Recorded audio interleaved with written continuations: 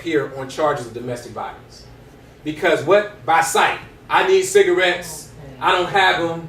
I'm going to whoop your butt. I mean, it was crazy. But if they operated by vision, it's like, okay, cigarettes, I want to go to work on Monday. Cigarettes, I don't want to post a bond. I don't want to go to jail.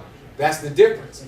You know, so domestic violence, assault, thefts, anything, when we operate by sight, it's like, I want it now. I'm going to react now. You made me mad now. And you're not thinking about how will this affect me in the future. And the thing is, and the reason why this program is really a good program, because I'm not candy coating anything. All the people that come to the program that I know have spoken, presented, we know that it's hard to make that decision. We've made decisions in our lives that we look back and say, dang, if I'd have thought about that for a month or a second or a minute, I wouldn't have reacted that way. I have to do that all the time. So I know that other people have to do it because we don't talk about this. But that's the beauty of these types of programs, is that we get a chance to start talking about things that are important, like vision. So, and this is another thing too, and I threw this in, and I think it kind of works with vision. And we're going to go through some of the slides, and I'm going to have you do an exercise.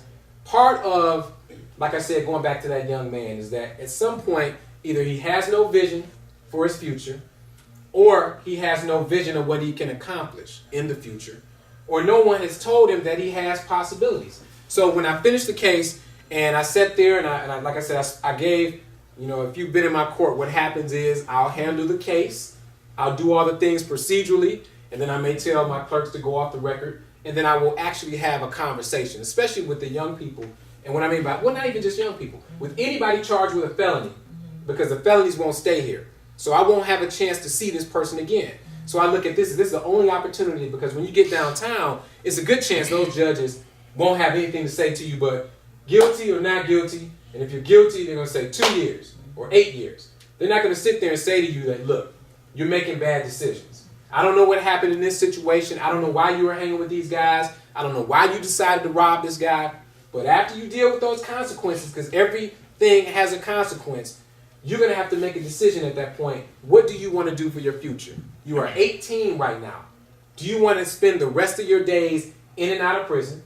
Or do you want to say, you know what, I've gotten past this, I'm done with this, I'm done with all these mistakes, and now I want to live a different life? And I actually had that conversation, and the bad part is, he listened, he was respectful, but I could tell it wasn't getting to him.